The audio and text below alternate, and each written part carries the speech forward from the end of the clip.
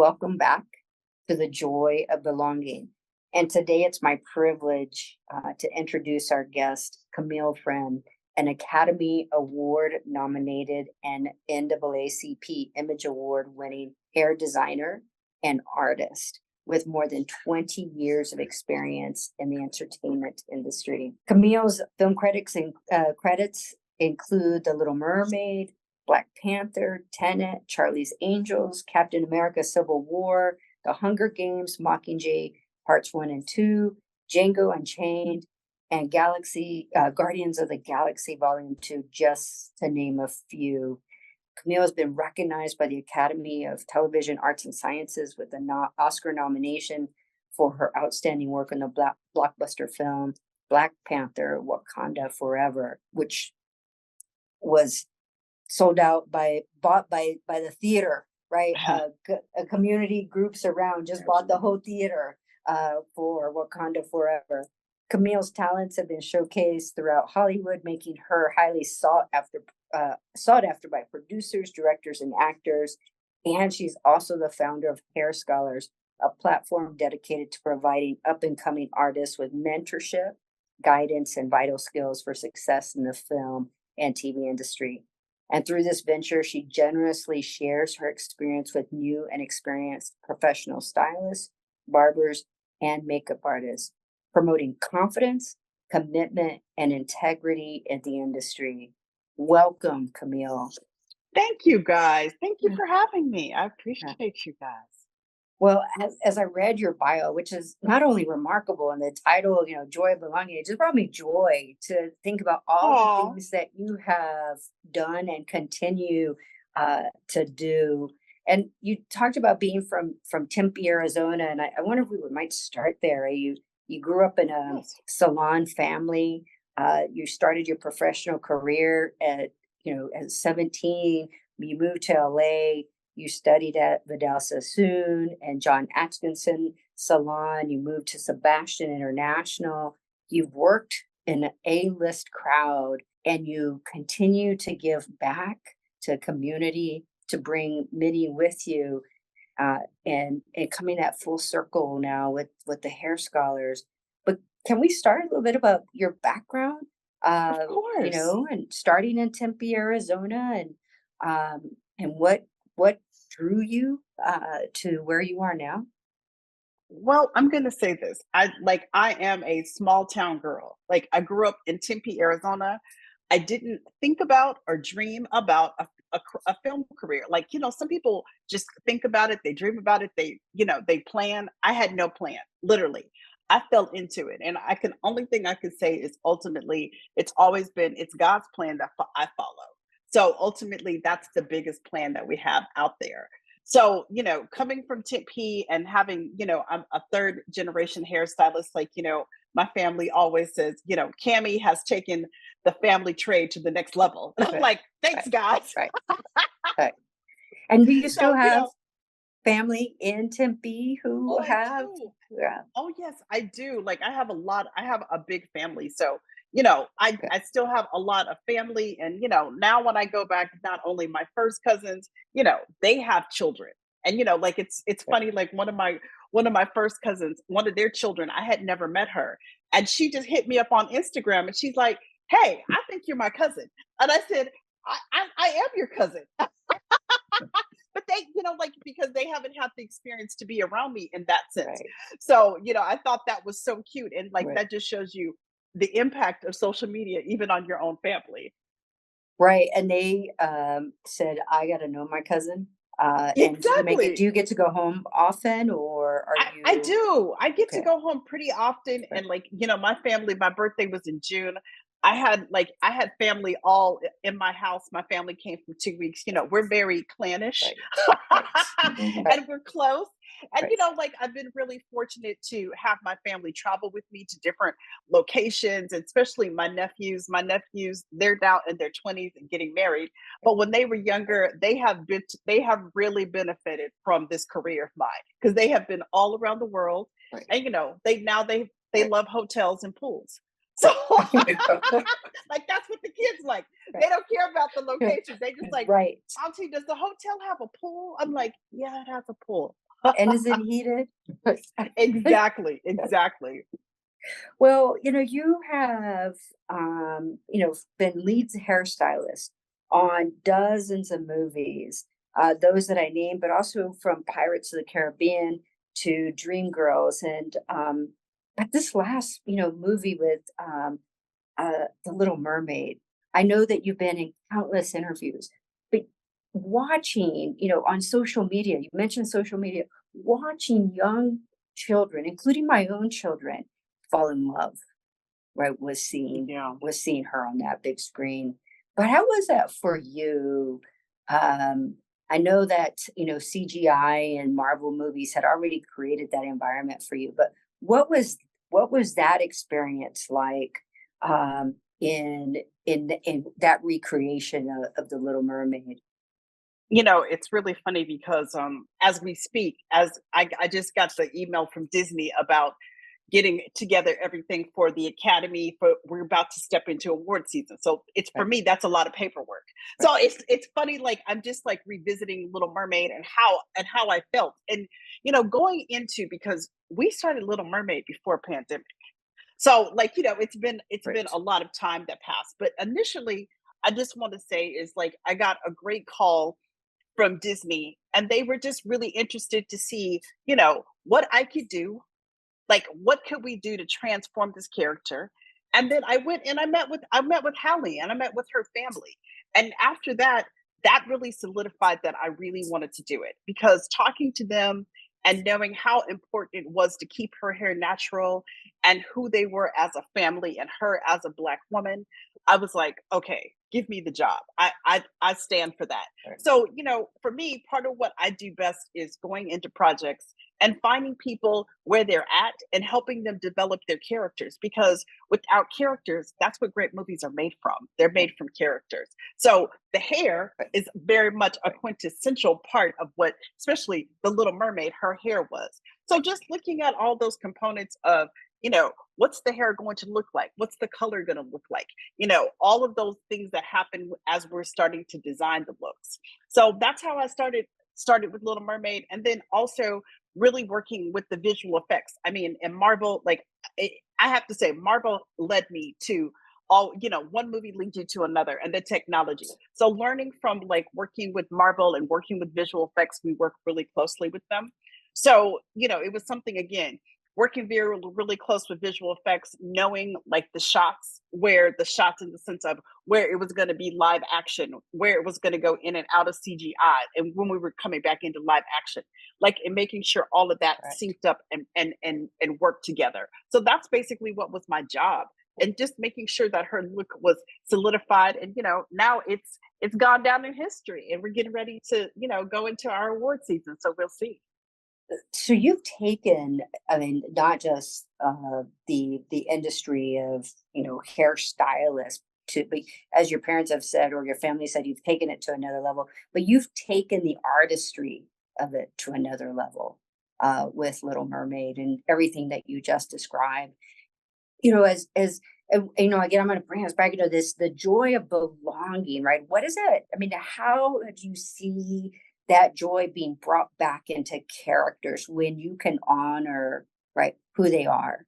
When you can honor, when you talk about meeting with their families, honoring what matters to them. Can you Right. describe that level of bringing that joy of belonging in that space at that time, and what that means. And what does that mean for the industry that you can take them there? I think it means a lot. I think this is what I think we always have to remember for our people of color our actors who sit in the chair that are of color.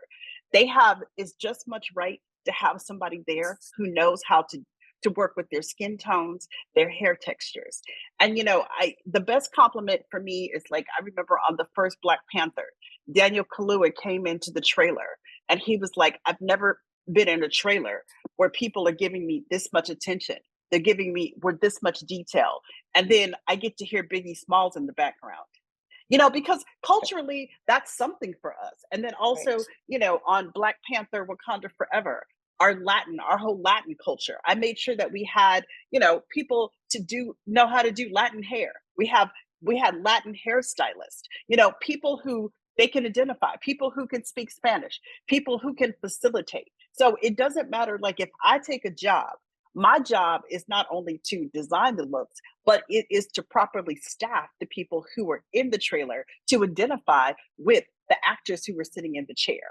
So again, that brings me back to Hallie, knowing that her need was she wanted to be natural. But then how do because I'm the middleman, because you Right. have the studio over here, you have the actor over here. So how do you in the middle? That's my job to figure out how do I give the studio what they need and also give the actor what they need. Because if the Mm, actor doesn't have what they need, the performance is lacking. So you have to be able to work in both sides and both worlds. And that's one thing that I get to do and I do well. That's why I get the phone calls. Yeah. I was gonna say, and that's why they keep coming back to you, because the not just giving the studio what they need, but ensuring that actors are made, they're human, right? That they Yeah, are and they getting want to what, be well taken care of. right, They're right, people and they have things just like us. They have children, they have, right, they have parents who are aging. They have a lot going on in right. their life. And when they sit in the chair in the morning, the last thing that they need to be worried about is how my hair is going to look, how my makeup is going on. Those are things that people don't need to be thinking about. Right. Right, Yeah. hair is such an important. I'm gonna talk about the Crown Act, but what you're raising, right, Hmm. is that I think for many of us, from our families, hair, right, the appearance of your hair, how are you taking care of you is all Oh in yeah. your hair, right? Right. I so in the last 10 or 20 years, right, the the the politicization of hair, that hair is understood to this point that it's not about just how the superficial of how I look, but the hair of who I am, right? Yes. And that the Crown Act is intended to preserve and protect the political significance, right, for the cultural understanding of particularly around Black folk hair in this space, and I'd say even for um, you know some religious cultural affiliations around hair, Hmm. right? That protection. Can you talk a bit about the political significance of hair, and how you've seen that both personally and growing up in the spaces that you did, but now in the industry? I think, one thing I was really fortunate this year to dub at the Essence Fest, Dub gave me the Legend Award. So I was part of, the Crown Act and the Crown movement. And, the important thing about, the movement is it's the freedom of expression. It's the freedom to say, no matter how I wear my hair, I can be accepted. You don't feel like, people shouldn't feel like they have to, like, they shouldn't have to cut their hair. They shouldn't have to change their hair or alter their hair. Their hair should be as it naturally grows out of their scalp. And everybody should have that right, no matter if it's under the pretext of skin color or even if it's a religious preference. Right. Everybody should have that and have that protections. We do live in the US of A, and it's the melting pot. And one thing that I love about what I do is culturally, I get to step into these movies and I get to explore all the cultures, different cultures. I get to look at different things. And part of the exploration is like for me is what's like so exciting and so much fun because not only if you understand it, then that's the way that I can play with it. I can manipulate it. I can take it a little this way or take it a little that way, for artistic license, as I'll Right. call it. Right. But always again respecting the culture, respecting what it is. One of my biggest compliments is on Black Panther Wakanda Forever. When Latin young ladies come up to me and they're crying, or people are just looking me in the eye and telling me thank you so much for what you did and representing the culture. That's what it's all about. That's the greatest thank you that you can have is you're getting a kiss from Right. from a culture. Yeah. That is beautiful. I want to pause again and say thank you, because I see it in my own children who see themselves, in their friends who, um, that's not always what we had, right? It's No, it, those, it isn't. It right, isn't always what we have. right, right, I was just at a friend's house this weekend, and her daughter, she's a mixed young lady, And, she was like, I really hate when people just come up and they think they can touch my hair. Right, She goes, I really don't like that. And she's right, 15 years old. And I right, says, you have a right to say right, that you don't like that, right, because it's right, not, because we're not on display. right, This is our hair. This is our crown. It's the energy right. that it holds, and nobody has a right to do that. And if and asking permission to be in somebody's personal space is really really important too. Right. Do you see the representation in this particular case around Black hairstyles has the level of importance, right? Has that changed? Is there a greater understanding of that? I know, right? Certainly Disney has because they have you, but Right. is that specific to people who have your talent and have your vision, or are you seeing across the board that people are understanding the importance of what you just named, right? Of that energy of our hair, particularly in Hollywood. I'm going to say I think it's twofold.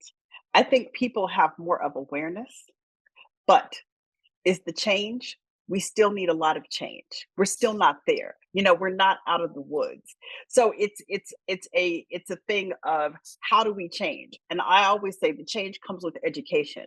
So, if Hollywood is really going to speak, are they going to really change? Are they really going to, we do have, don't get me wrong, we have more Black and Latin hairstylists in our unions than ever.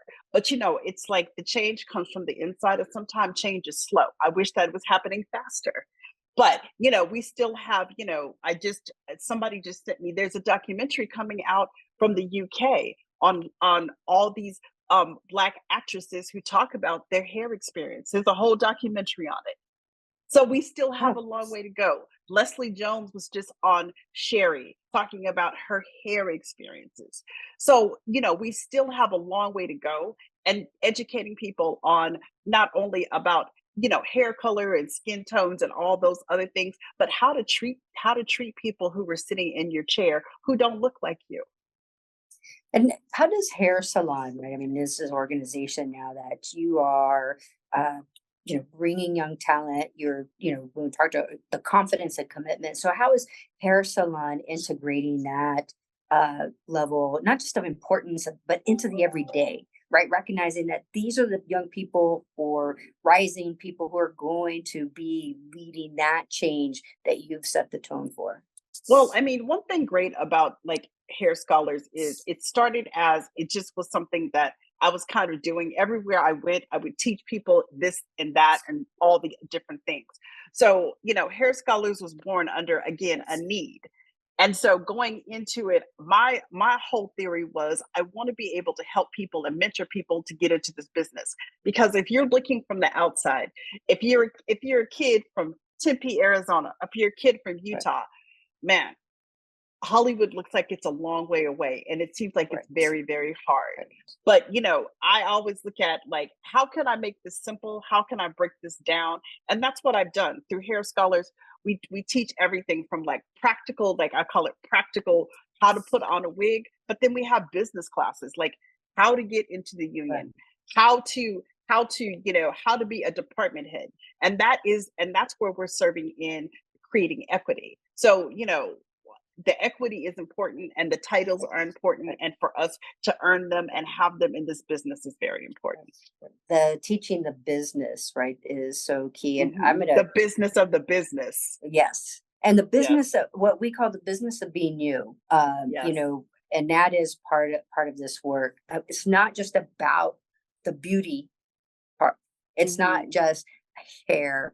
It is about developing young people into their whole being, right? Yes.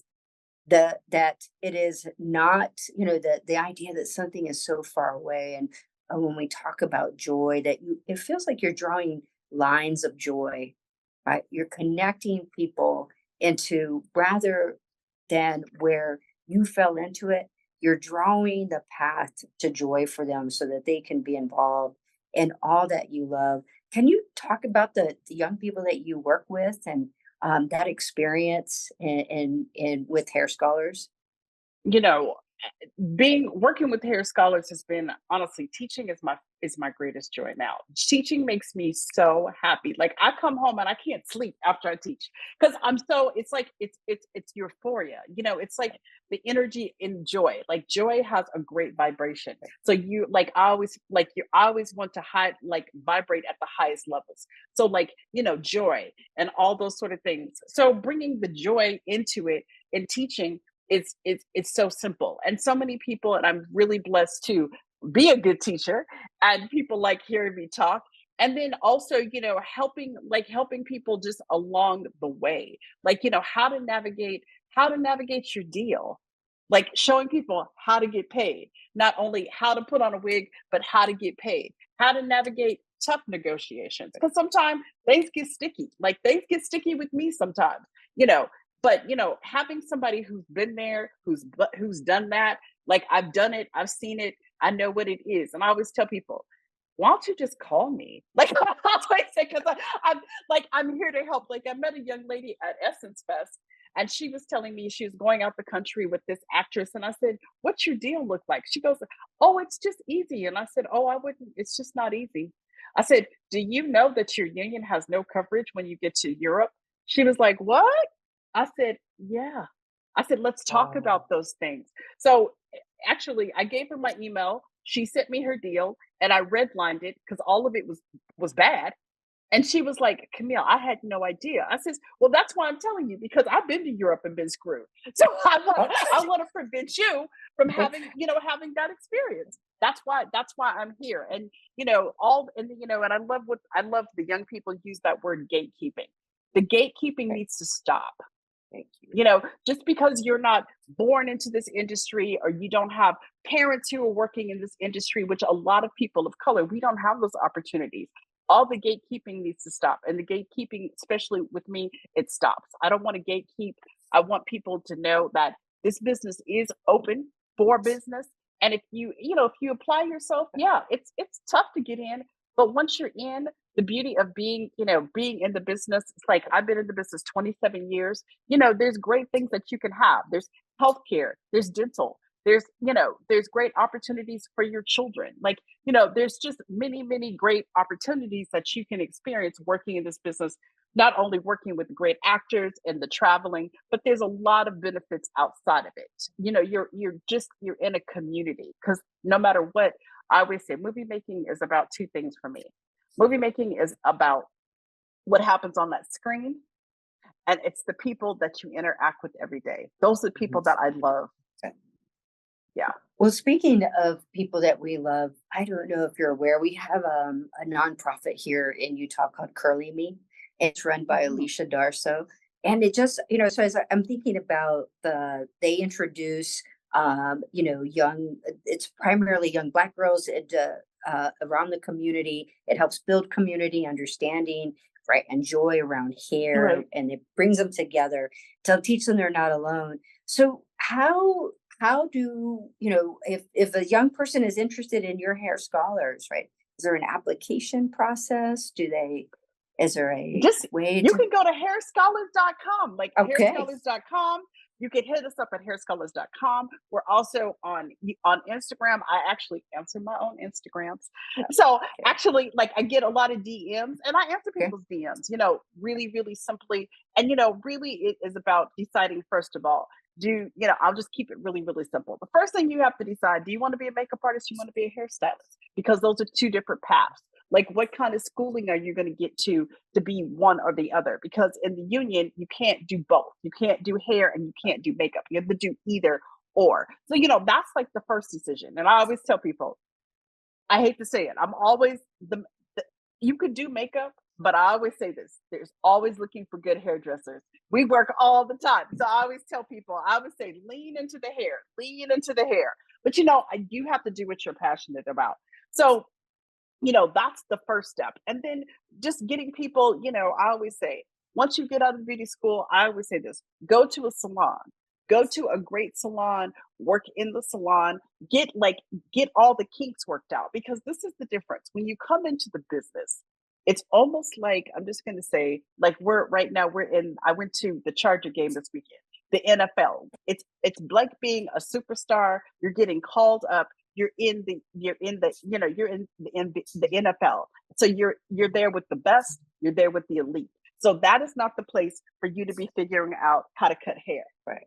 When you come into our business, you should already know certain things because the level is up here. Wow, that is great advice. And I want to say to all our listeners, she answered our DM. So yes, she does it on her own. I thank you. So before I'm gonna wrap up with one last question, right? This is Okay. the Joy of Belonging podcast. And so if you'll wrap us up with the question on what is it that you most look forward to in your work ahead, and making that movie magic that millions will watch. Honestly, for me, it's like I've been doing it for a long time. And like I'm looking at other things in my life to do. Like I love teaching. Teaching is something I really love to do. And I would like to do it more like full time. And also like producing movies. Like I have some passion projects that I'm working with, with people. So, those are things that, as I continue, it's the evolution.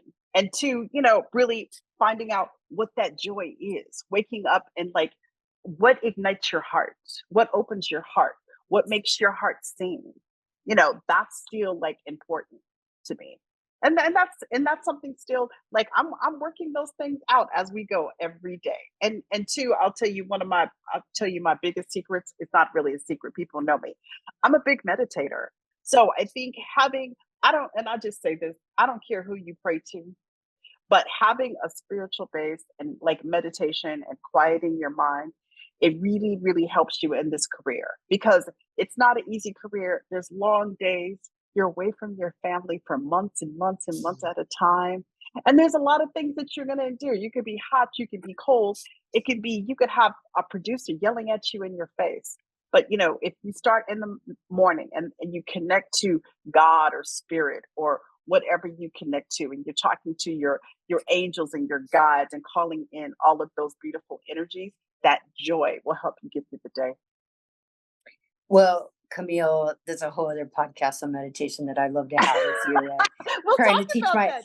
Yeah. trying to teach my 15-year-old the joy of be, do, have. You can't, well, you just got to be where you are, right where you are at this moment. And thank you. I look forward to seeing what you produce next. There will be more movie magic from you. There's movie magic coming. In fact, it's funny because I'm probably, well, after we're still in strike mode, but once we come out of strike, I'll decide what movie I'm gonna do, and we'll go do. I think I have a cool movie we're gonna go do, and working out all those little things and exploring all the other things that I want to do in my life. With the deepest gratitude Oh, thank from all you. of us. Thank you for your time. Thank you for sharing the beauty and joy of life, and reminding us that that part of the stopping of meditating and being where we are makes us better at what we do. So thank you again. It's been Definitely. a joy. Thank you, guys. Thank you.